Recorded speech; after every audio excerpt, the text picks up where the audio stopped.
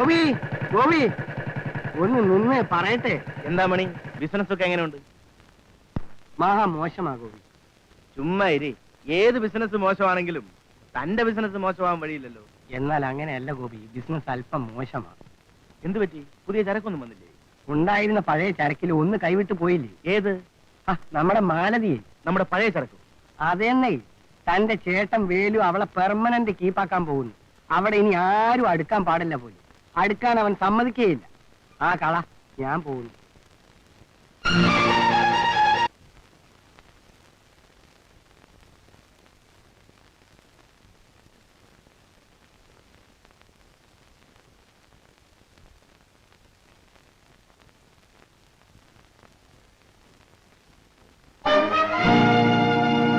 എന്താ പറഞ്ഞത്? സുഖമാണ്.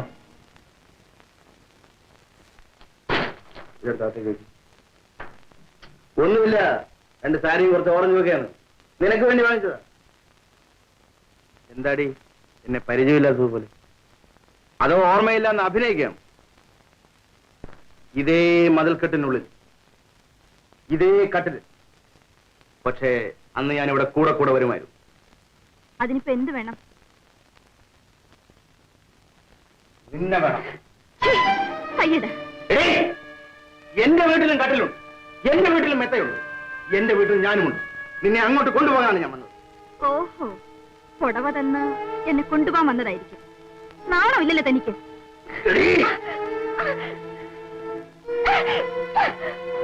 ശീലാവധി ചമയുകയാണോ? എല്ലാ സൗകര്യങ്ങളും തരാം. തനിച്ച് താമസിക്കാൻ ഒരു വീടും തരാം. ഗോപിയുടെ വെപ്പാട്ടി എന്ന് പറഞ്ഞാൽ അതിന്റെ അന്തസ് എന്താണെന്ന് എനിക്കറിയാം. എത്രയോ സ്ത്രീകൾ ഈ സ്ഥാനത്തിന് വേണ്ടി എന്റെ പുറകെ നടക്കുക. എന്തു പറയുന്നു? ഞാൻ പറയുന്നത് കേൾക്കൂ. ഞാനിപ്പോ പഴയ മാലതിയല്ല. നല്ലൊരു ജീവിതം തുടങ്ങാൻ ശ്രമിക്കുന്ന എന്നെ എന്തിനിങ്ങനെ ശല്യപ്പെടുത്തുന്നു? ഈ കാര്യം വേലുച്ചേട്ടൻ അറിഞ്ഞാൽ നിങ്ങൾ വെറുതെ വിടില്ല. വേലു? ഞാൻ അറിയാത്തൊരു വേലു പുതിയ ഉദ്യോഗം കൊടുത്തിരിക്കുകയാണ്. ഭർത്താവ് ഉദ്യോഗം. എന്ത് ശമ്പളം കൊടുക്കുന്നുണ്ട്? ഭാഗ്യദേവത നിന്നെ അന്വേഷിച്ചു വന്നിരിക്കുകയാണ്. ഇനി ഇതുപോലൊരു അവസരം ഞാൻ തരുമെന്ന് വിചാരിക്കരുത്. മര്യാദ മര്യാദയ്ക്ക് ഇവിടുന്ന് പോകാനാ പറഞ്ഞത്. ഇല്ലെങ്കിൽ ബഹളം വെച്ച് ആളുകളെ കൂട്ടും. ബഹളം വയ്ക്കും. എങ്കിലും ഒന്ന് കാണട്ടെ.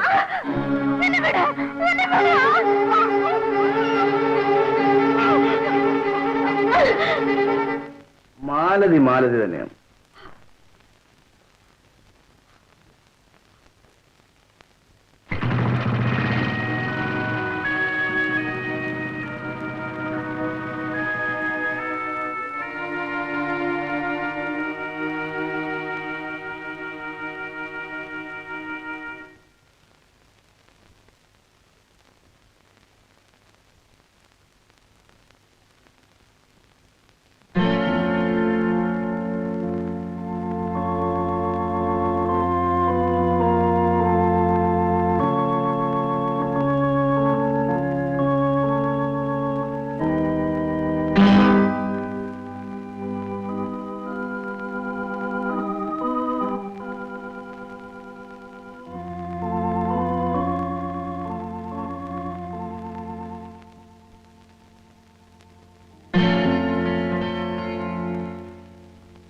പോയ കാര്യം എന്തായി? ജോലിക്കാര്യമല്ലേ, എന്നത്തെയും പോലെ തന്നെ കിട്ടിയില്ല. വന്ന പാടെ ഇങ്ങനെ കിടന്നാലോ? കൈ കഴിയിട്ട് ചോറുണ്ണാൻ വരും.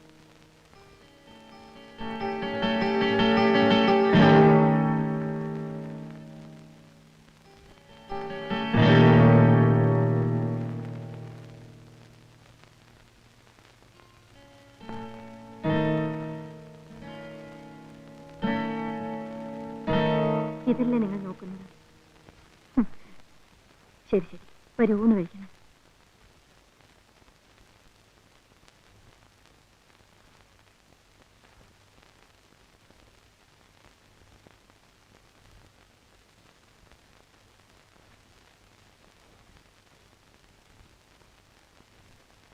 നിസ്സാരമായൊരു ബീഡി കഷ്ണം സംശയത്തിനിടെ ഉണ്ടാക്കിയല്ലേ?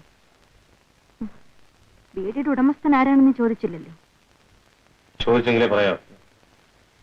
നിങ്ങളുടെ അനുജൻ ഗോപിയാണ്. അവനോട് വന്നിരുന്നോ? അതെ, വന്നിരുന്നു.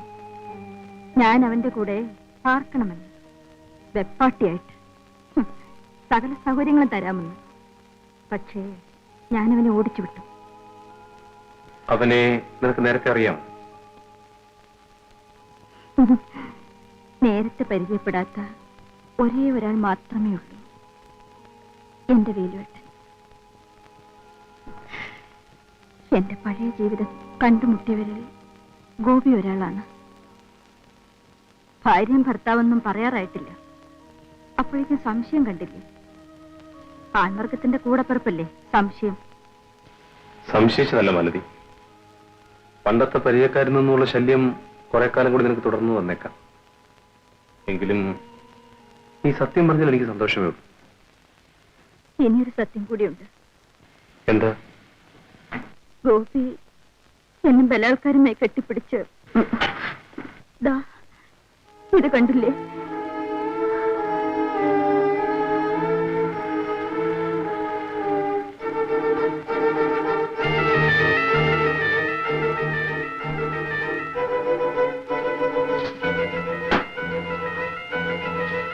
എവിടെ പോകുന്നു? ഗോപിയുടെ വീട്ടിലേക്കോ? അതെ. അടിപിടി കൂടി അപകടമൊന്നും ഉണ്ടാക്കരുതേ. ഒന്ന് നിൽക്കൂ.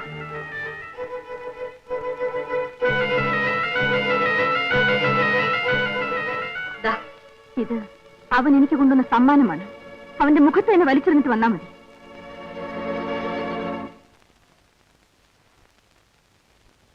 എടി ഭാർഗവി, ഈ കഥ തുറന്നിട്ട് റോഡെ പോകുന്ന പട്ടിയും പൂച്ചയും കാത്തു കയറുമെന്ന് അറിയാമേ. ഓടിയാത് എന്തേ കേറി വന്നത് പട്ടിയാണെങ്കിൽ നിന്റെ അമ്മ പ്രസവിച്ചതാണ്. നിന്നേക്കാൾ മുമ്പേ ജനിച്ചവനാണടാ. നീ എന്റെ വീട്ടിൽ വന്ന് കയറണം പട്ടി. നിന്റെ വീട്ടിലാരാണ് കള്ളം പറയുന്നതാ. ഞാൻ മാലതിയുടെ വീട്ടിലാണ് പോയി. അത് തന്നെയാണോ എന്റെ വീട്? അവളെ പാട്ടത്തിനെടുത്തിരിക്കുകയാണോ അതോ വിലക്കോ? അല്ല, പുറമ്പോക്കിനെ ഇവിടുന്ന് പാട്ടം.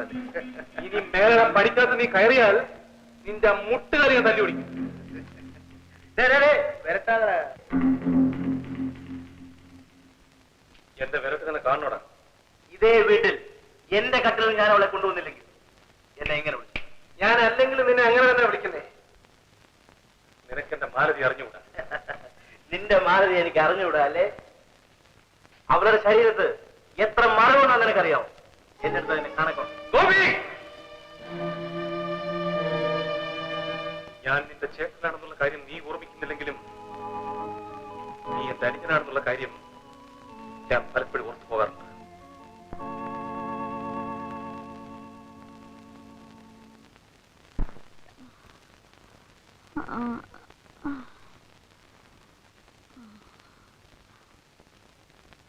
എന്താ ഇത്രയും താമസിച്ചത്? ആ കുന്നൂഴിയിലെ കോമളത്തിന് പെട്ടെന്ന് അസുഖം വന്നു. ഒടുവിൽ ഡോക്ടറെ എടുത്തു കൊണ്ടുപോയി. ഇഞ്ചക്ഷൻ എടുക്കാനും മരുന്ന് വാങ്ങിക്കാനും ഒരുപാട് സമയം. എനിക്ക് പനി പിടിച്ചിട്ട് 4-5 ദിവസമായി. എണീക്കാൻ പോലും വയ്യ. അതിനല്ലേ അന്നേ കുരുമുളക് വെള്ളം കാച്ചി കുടിക്കാൻ പറഞ്ഞത്. ഭാര്യയെ ഡോക്ടറുടെ അടുത്ത് കൂട്ടിക്കൊണ്ടു പോകാൻ നിങ്ങൾക്ക് സമയമില്ലല്ലേ? ബുദ്ധിയില്ലാത്ത വർത്താനം പറയാതെ. നീയും അവളും ഒരുപോലെയാണ്. നീ 10 ദിവസം സുഖമില്ലാതെ കിടന്നാലും നമുക്ക് എങ്ങനെയും കഴിഞ്ഞുകൂടാ. ഇത് വീട്ടുകാര്യം, അത് തൊഴിൽ.